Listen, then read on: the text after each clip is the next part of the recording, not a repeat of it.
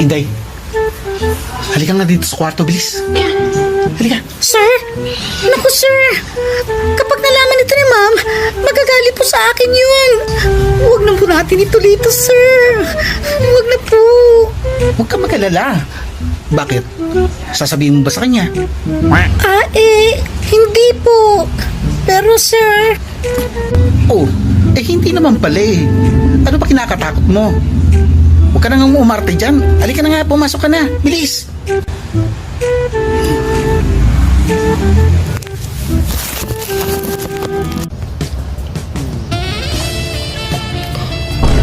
Day, anong ginagawa mo?